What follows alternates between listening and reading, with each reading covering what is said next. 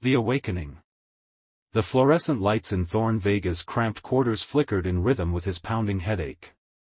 32 years old, and this was his life, a closet-sized room on the industrial level of Station Helios 9, staring at a ceiling panel that leaked condensation every 6 hours like clockwork. 3 drops had fallen on his forehead already this morning.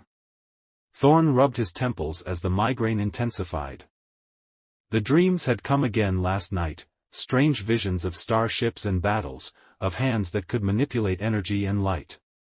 Dreams that felt more like memories, though that was impossible.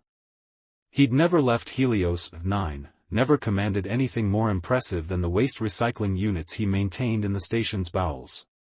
Station news update, the automated system announced, the holographic display activating without his permission. Increased security measures implemented following reports of unregistered Solarians in Sector 7. Citizens are reminded that harboring non-registered sentience is punishable by. Display off, Thorn growled, swinging his legs over the edge of his bunk. Another headache, another day of propaganda. The hegemony's fear of Solarians, beings with luminescent skin capable of absorbing and redirecting energy, had reached fever pitch in recent months. The station's recycling systems wouldn't maintain themselves. Thorn pulled on his gray maintenance jumpsuit, grimacing at the patch on the sleeve, a stylized H surrounded by stars, the hegemony symbol. Everyone wore the same mark, a reminder of who controlled oxygen, water, and passage through the system's jump gates. His door chimed unexpectedly. Thorn froze, heart suddenly racing. He never had visitors. That was the point of living on the maintenance level. Nobody came here unless something was catastrophically broken. Maintenance office, he called out, the lie automatic. No one's available right now.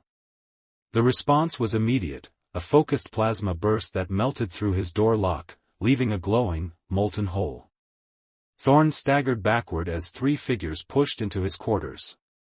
They wore black tactical gear with face shields and carried weapons that definitely weren't standard station security issue.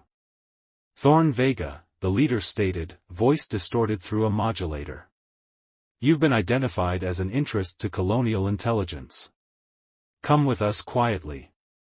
Time seemed to slow. Thorn felt something stir inside him, an awareness he'd never consciously recognized.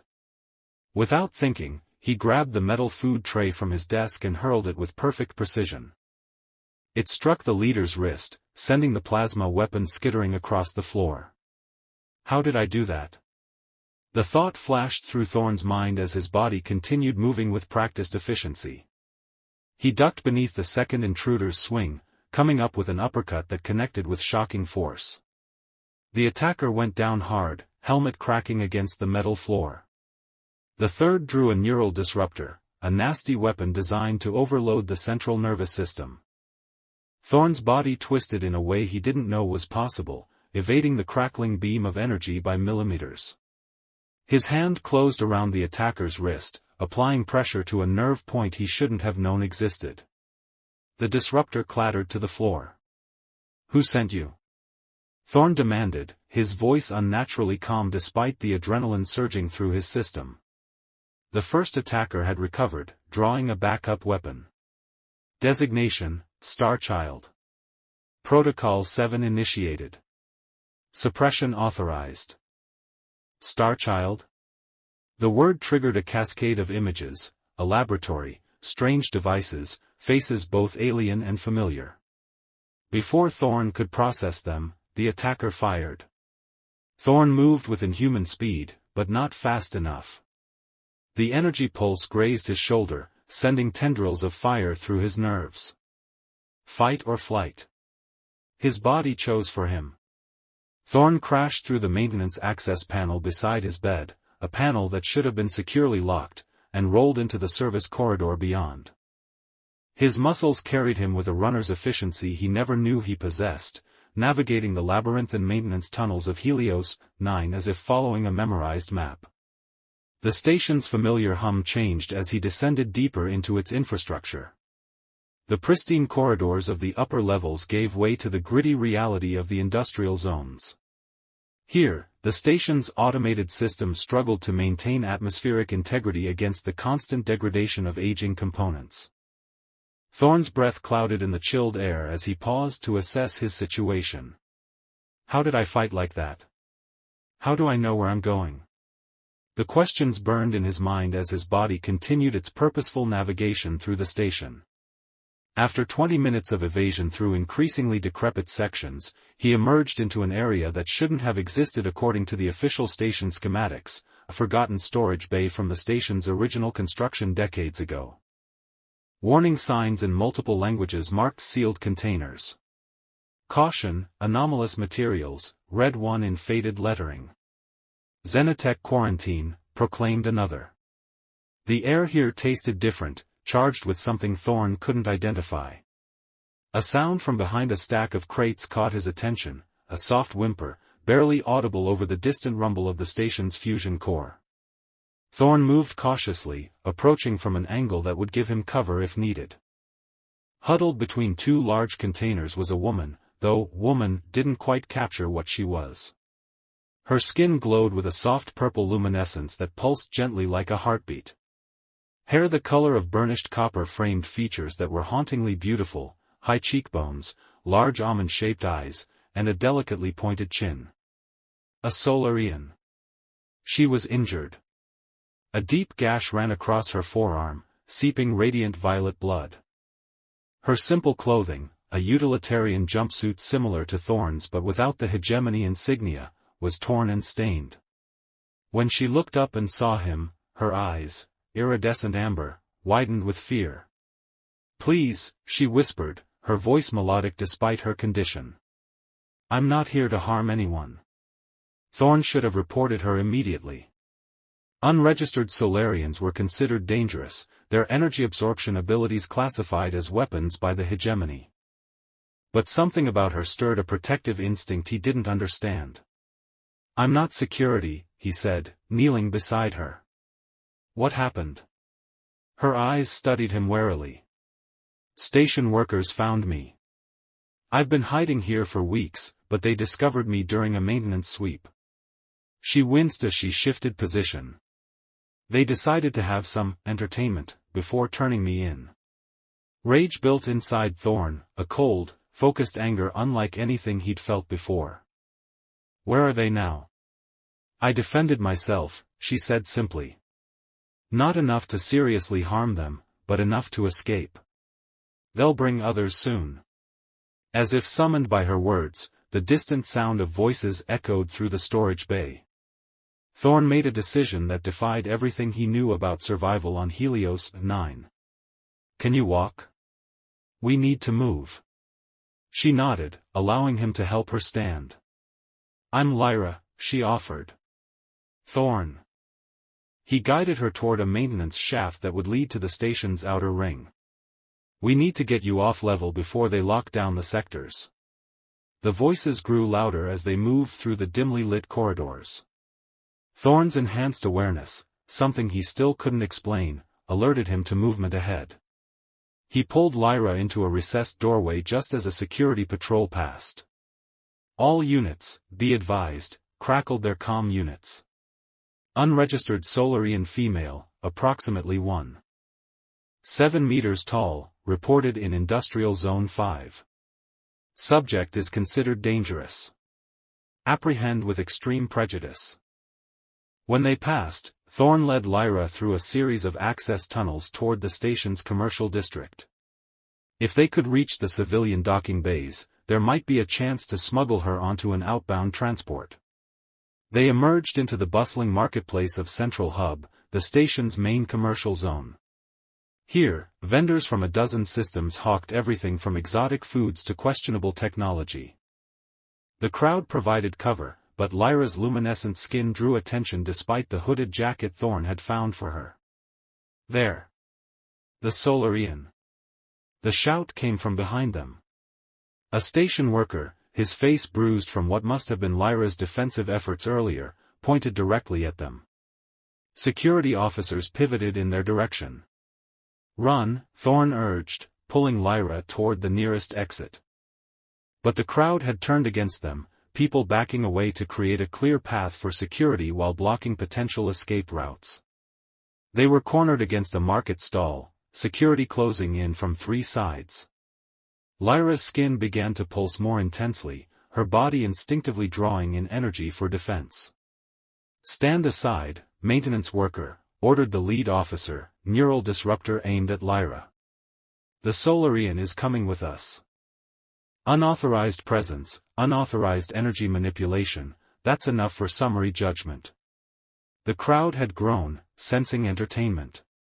Someone threw a piece of scrap metal that struck Lyra's shoulder. She flinched but made no move to retaliate. "She's done nothing wrong," Thorn protested. "Stand aside," the officer repeated, "or you'll be processed for Solarian sympathizing." Another projectile flew from the crowd, a heavy bolt that would have struck Lyra's face. Without conscious thought, Thorn stepped in front of her, catching the projectile mid-air with reflexes that shocked even him. "Enough," he shouted, and something in his voice made the crowd hesitate. The security officer wasn't intimidated. He raised his weapon. Last warning. Time slowed again for Thorn. The world around him seemed to move underwater, giving him precious seconds to consider options that shouldn't have been possible. He felt something building within him, power gathering in his core, spreading outward through his limbs to his fingertips. Golden light sparked between his fingers. "What the officer's eyes widened as Thorn raised his hand. A pulse of energy, brilliant gold and utterly controlled, erupted from Thorn's palm, sending the neural disruptor flying in pieces. The crowd recoiled in shock and fear. Thorn stood protectively in front of Lyra, his body glowing with the same golden energy that now danced around his hands. "He's one of them," someone shouted. "A harbinger." The word meant nothing to Thorn, but it clearly meant something to the crowd. People scrambled to get away, panic spreading through the marketplace.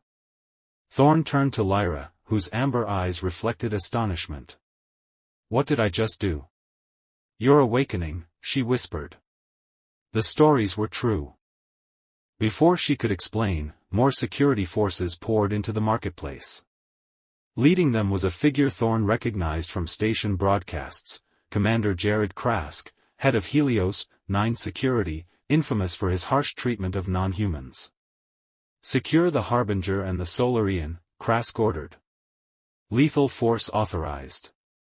"We need to go," Lyra said urgently, pulling Thorn toward a service corridor. "Now that you've revealed yourself, they'll never stop hunting you." "Revealed what? I don't understand what's happening to me."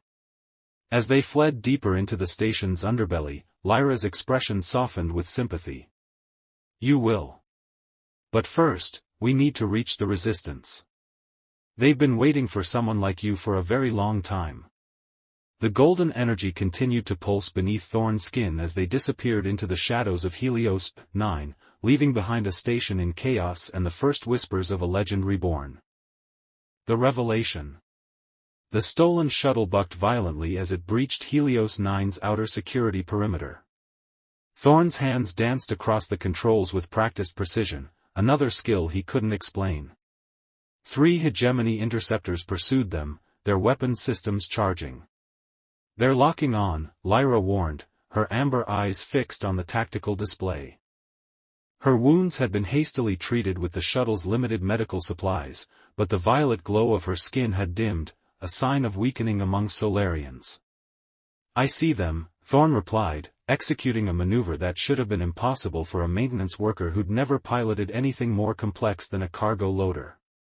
The shuttle barrel rolled between 2 drifting cargo containers, buying them precious seconds. "The jump coordinates, are you sure they're correct?" he asked, eyeing the navigation system with skepticism. The destination Lyra had provided was deep in uncharted space, the theoretical location of Nova Haven, a place Thorn had assumed was mere rebel propaganda. "Trust me," Lyra said, her melodic voice steady despite their situation. "The Resistance has kept these coordinates secure for decades. It's our only chance." A warning klaxon blared as energy weapons fire grazed their hull. The shuttle's shields flickered dangerously. One more hit like that and we're done, Thorn muttered, diving the shuttle toward a massive field of debris, the remnants of a battle station destroyed during the hegemony's rise to power decades ago. As they wove through the twisted metal wreckage, Thorn felt something shift inside him, the same strange awareness that had awakened during the attack on his quarters. Time seemed to slow, and he could suddenly perceive trajectories, velocities, and optimal paths with perfect clarity. Golden light flickered at his fingertips again, spreading up his arms and across the shuttle's control panels. The vessel responded with newfound agility, dancing through the debris field while their pursuers struggled to follow. "The Harbinger's gift," Lyra whispered, watching the light with reverence. "You're connecting with the technology." "I don't understand what's happening to me," Thorn said through gritted teeth, maintaining focus on their escape. "These abilities, these memories that aren't mine. What is a Harbinger?"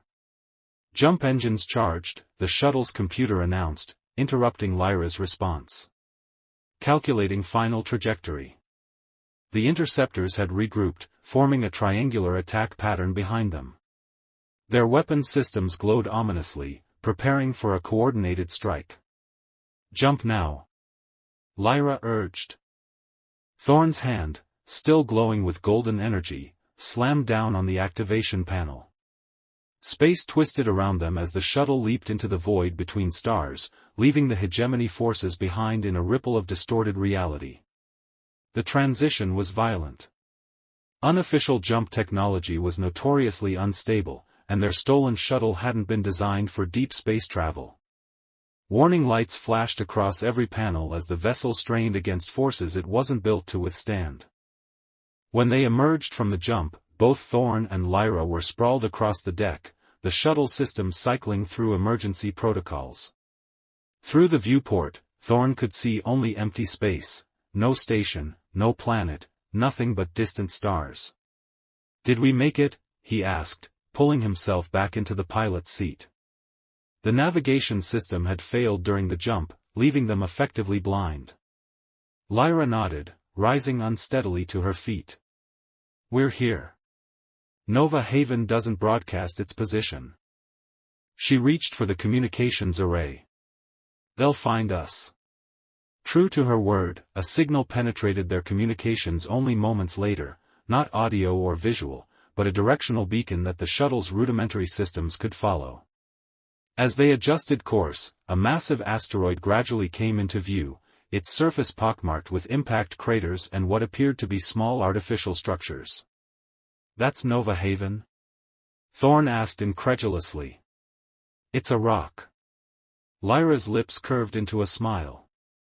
"Appearances can be deceiving, as you've recently discovered about yourself." As they approached, a seam appeared in the asteroid's surface, widening into a massive hangar bay large enough to accommodate vessels many times their shuttle size. Guided by the beacon, they drifted inside to find a bustling docking facility that defied the asteroid's desolate exterior. Ships of various designs, some hegemony, some alien, many completely unrecognizable, filled the cavernous space. Workers of diverse species moved with purpose among them, and for the first time in his life, Thorn saw members of supposedly regulated species moving freely, without restraints or supervision. A reception committee awaited as their shuttle touched down, 6 figures in simple gray uniforms, their weapons holstered but clearly present. At their center stood a tall, imposing man with skin the deep blue of Earth's ancient oceans and intricate silver markings across his bald head.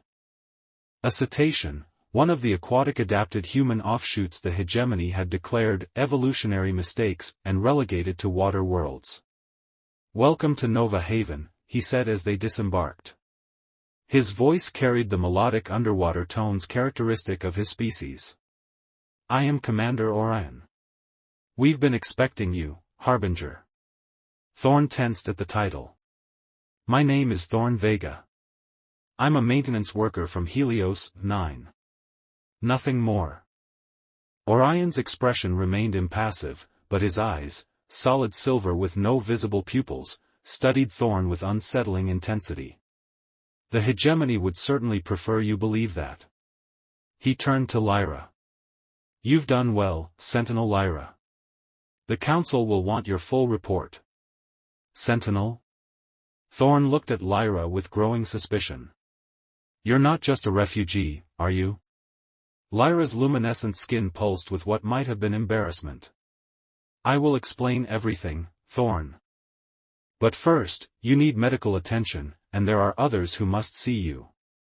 Commander Orion gestured toward an internal doorway. This way. Our medical facilities can treat your injuries and help with your transition. Thorn hesitated, suddenly aware of how completely he'd committed to this path. He'd assaulted Hegemony security, stolen a shuttle, and fled with a woman he barely knew to a rebel stronghold. There was no going back to his simple life on Helios 9. If there ever had been such a life at all. The medical bay of Nova Haven resembled nothing Thorn had seen in Hegemony facilities.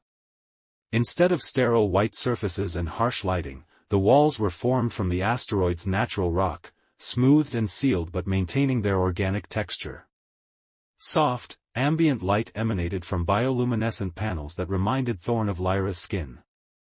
Dar. Nemura, a slender woman with pale green skin and elongated fingers, moved with practiced efficiency as she examined Thorn. Her species was unknown to him, likely one of the many the Hegemony had declared restricted, or worse, erased from public knowledge entirely. The energy signature is stabilizing, she reported, studying a three-dimensional holographic display of Thorn's body. Within the image, a golden network of light pulsed through what should have been his nervous system. The neural pathways are realigning remarkably fast. Is that normal? Thorn asked, watching the golden light spread through the hologram. For a harbinger? Yes, Dr. Nemura replied. Though we've only had historical records to study until now. That word again, Thorn sighed. What exactly is a harbinger? Commander Orion, who had been observing silently from the doorway, stepped forward. The Hegemony calls them myth. We know better. He gestured to the holographic display. You are one of the evolved, humans genetically engineered by the precursors to serve as intermediaries between organic life and advanced technology. Precursors? Thorn's head was spinning with new terminology. The civilization that preceded us all, Lyra explained, entering the medical bay. She had changed into a fitted uniform of silver and purple that complemented her luminescent skin. They left our galaxy millions of years ago, but not before seeding it with their technology and creating the harbingers to guide younger species. The Hegemony hunted the harbingers to near extinction centuries ago, Orion continued. Those few who survived went into hiding, suppressing their abilities and memories to avoid detection. We've been searching for you for a very long time. Thorn stared at his hands, remembering the golden energy that had flowed from them. That doesn't explain how I ended up as a maintenance worker on Helios 9 with no memory of any of this. Dr. Nemura tapped a sequence on her console, and the holographic display zoomed in on Thorn's brain. Neural suppression technology, very sophisticated. It created a false identity and blocked your access to both your abilities and your true memories. Who did this to me? Thorn demanded. You did, Lyra said quietly. The historical records suggest the last harbingers chose to hide themselves when the Hegemony's purge became too effective. They created new identities, planning to re-emerge when the time was right. The revelation struck Thorn like a physical blow. His entire life, his memories, his identity, even his dreams, had been fabricated. He was a stranger to himself. And now the time is right, he asked bitterly. The Hegemony grows more oppressive each cycle, Orion said. The regulated species are being pushed to extinction through breeding restrictions and resource deprivation. Rebellion has begun in the outer systems, but without guidance, without the technology the precursors left behind, we cannot hope to succeed.